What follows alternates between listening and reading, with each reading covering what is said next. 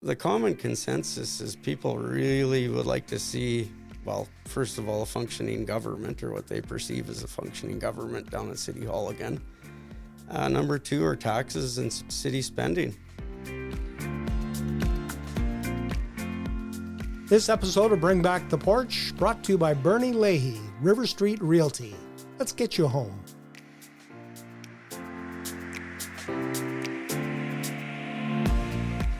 And on this episode of Bring Back the Porch, candidate Mark Albrecht. Welcome. Thanks for having me this afternoon. You are running for Medicine Hat City Council, and the first question I ask is why?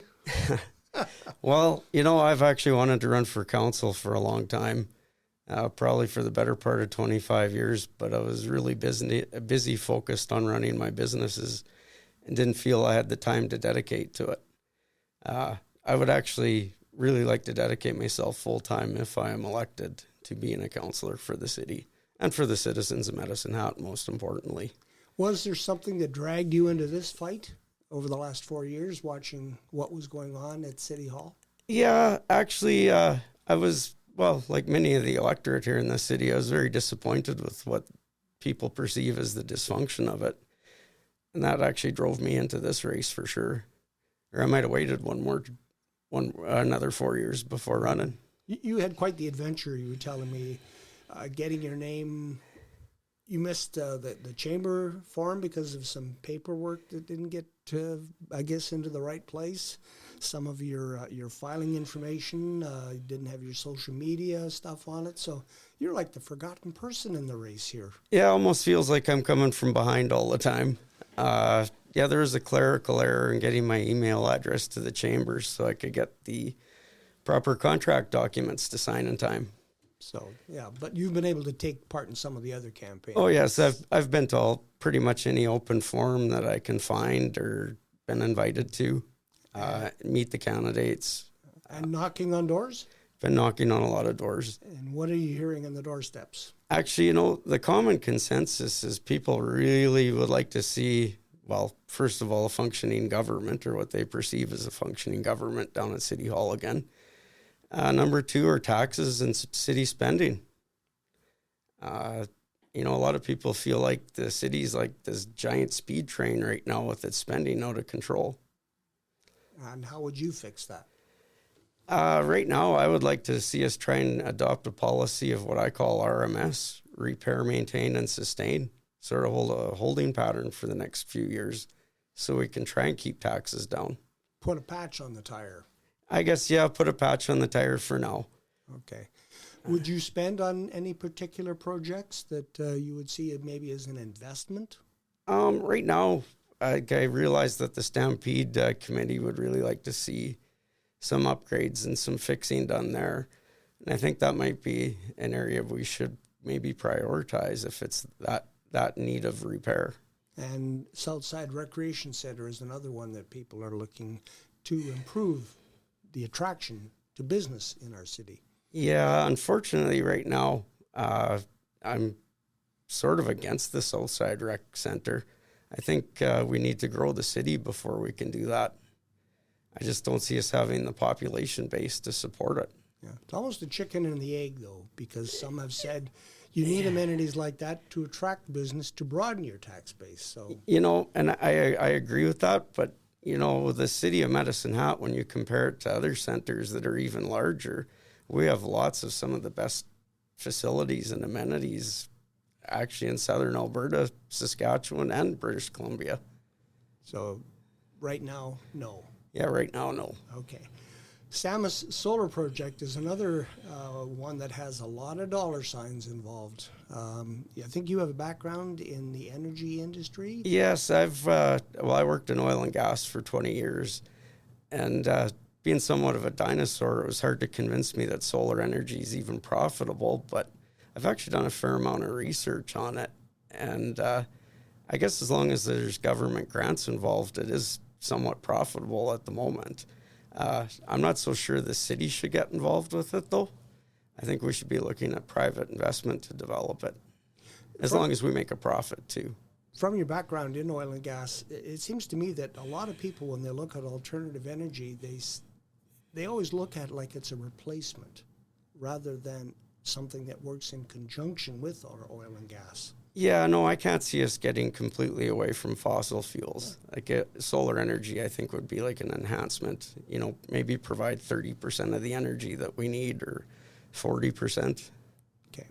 Economic development. How would you attract industry to Medicine Hat? One of the things that really surprised me here is that our city council doesn't have an economic development committee. Now, I saw here that in this last session, they had actually voted in favor of putting a council or a councilman on a southern or southeast Alberta economic development committee, which we'd be sharing with foremost Bow Island, Cypress County, and the county of 40 Mile, I do believe. But I still think we need to have our own economic development committee right in council. Do you think the mayor should be the head of the spearhead to get more business into Medicine Hat? Well, the mayor is actually the ultimate ambassador for the city. So, yeah, I would be inclined to think that the mayor should be spearheading that operation. Okay. If not, depend on your council for it. Okay. You say your platform is repair, maintain, and sustain? Yes. Do you apply that to property taxes?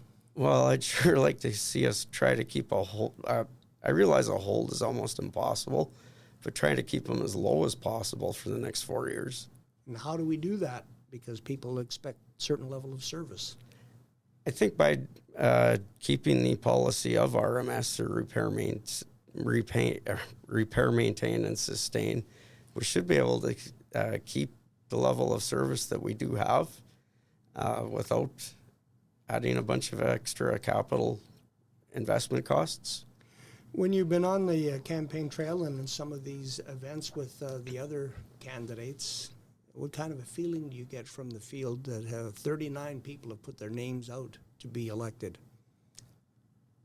It's kind of crazy, I feel, but it's fun at the same time because there's so many different ideas out there floating around, and people with diverse backgrounds running this time around as well. And is that good? I think it's good. You need a well-balanced mix on council, I think, to represent, all the segments of the population. We got younger people running, lots of business people running. There's teachers running again. I think the whole community is sort of represented with who's running right now.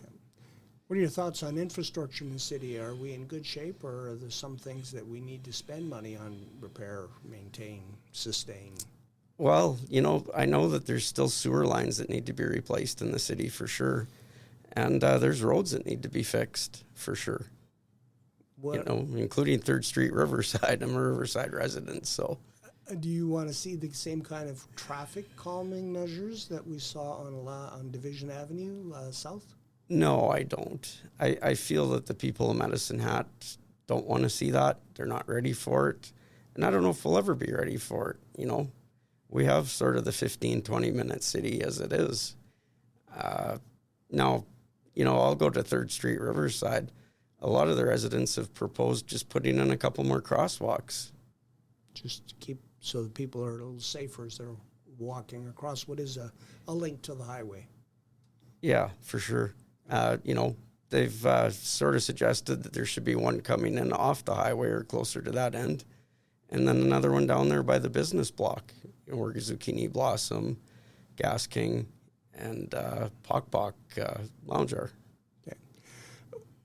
When we look at this past city council, they were criticized for being dithering in some circles, and the idea has been put out there that perhaps that image came because they did much of their business in open council. Transparency is the word that everybody keeps kicking around on the field. Do you think that this city council was too transparent, or would you be in favor of even more? Geez, that's a loaded question. I'm all in favor of transparency, but some of these issues need to be discussed in private and in council before you can bring them to the public, especially if you have a new business coming into the city. A lot of that has to be kept confidential, or else they're just not going to come here. Yeah, Yeah, and those are the kind of things that people sometimes think, well, they're keeping secrets from us. Not necessarily secrets. Like, I mean, that information always comes out. It's just, in order to get that stuff to happen, we have to have those discussions behind closed doors, unfortunately. There's a time and a place. Exactly. As a business person, how have you dealt with City Hall? Have you found them to be open and available, or maybe a little bit... For overall my experience, and, I've ran businesses out of the city here for 29 years. I never had any issues or problems. I got to be honest. So getting a permit wasn't an issue? No, permitting was pretty easy. My last business was actually Maro's Italian Cafe and Bar. And in terms of the fire permit, the business license, it was all pretty simple and straightforward. I like Maro's. We used to go there often. I did not know that was your business. That was my last venture for the last 9 years. Okay. Sold it at the end of May. Yeah. Well, we miss going there, so there you go. Municipal Controlled Corporation is one of the things that's been at the forefront here, whether or not people who are elected to city council have the business acumen or the knowledge to run our city utility, which has been the goose that laid the golden egg for our city for many years. Some thought maybe we need to remove that from the responsibilities of a city council. What about Mark? Oh, no, actually, the city's run it for the last, 120, 125 years. I feel that it should still be in the hands of council and the paid administrators for it. I mean, I have this motto, if it's not broken, don't fix it. Yeah. I know. I think just because of maybe they didn't pay attention to the increased pricing at the time, and they took a lot of flack from the public. Maybe that's why they want to create a municipal, control corporation to run it. Sort of like none of that on me. Yeah, we can blame administration for it now. Mustard seed and the problem with people who don't have a permanent place to live is another issue that everybody sees if you come through downtown Medicine Hat on a regular basis. Your thoughts on that? I really wish I had the solution for that. I mean, I'm sure I'd be, probably one of the wealthiest guys in North America, because just about every town and city has this issue and problem right now. As a council, I think we can work together to find a new home for the mustard seed. I'm just not sure where we're going to put it yet. I'm open to any suggestions for sure. And I will work with the newly elected council the best I can to try and find a solution. For right now, I don't have one. I wish I did. Yeah. Transit is another one that we've talked about here at the table with people saying, it's not efficient. I can't get to where I want to go when I need to get there. Have you looked into any of the issues surrounding our transit service? Yeah, it's one of them too. Like, it's a really complex issue to try and fix. I would be in favor of a lot smaller buses for one, and maybe more routes for them. I just, it's been a common problem for a lot of years already. I remember when John Hamill was one of the councillors. It was one of his biggest frustrations. And he had pitched for buses with less seats, actually. And I don't know, the joke was that they ended up getting the same size buses, just with less seats. Yeah, it has been and it's not for lack of trying on the part of the city. They have tried many different things to try to increase people using the transit service, but... Yeah, that's the other issue. I mean, you see these buses empty most of the time. I'm just, I'm really not sure how to fix that one either. Okay. When we go into the ballot box, October the 20th, we have 8 pieces of currency that we can spend among 39 people who want my coin, my X. Why should I spend it on Mark? You know what? I've always had a strong work ethic from the time I was 15 years old and on. My first job was actually at Medicine Hat Co-op. I worked there for 7 years. And then I did a brief stint at the university newspaper, the Montana Kaiman. And then when I came back to Medicine Hat, I went straight into oil and gas. I started a small one-man consulting company. and built it up to about 12, 15 consultants. We worked for energy giants like ConocoPhillips. I mean, it was our job to work with local governments, landowners, and the oil companies to make sure everybody be happy with the projects that we were looking after. Yeah, I'd be bringing 29 years of business experience to the table, and I'm a pretty shrewd money guy. Okay. Are you a consensus builder? Absolutely. I love collaborating and working with people and trying to get everybody on board. Sometimes people get me on board. So your mind isn't permanently fixed like concrete, all mixed up and set? No, absolutely not. You have to keep an open mind, especially in municipal government, especially from what I've watched of it. Okay. And from the last 4 years. Okay. Mark Albrecht, candidate for Medicine Hat City Council. Thank you for your time. Oh, thank you.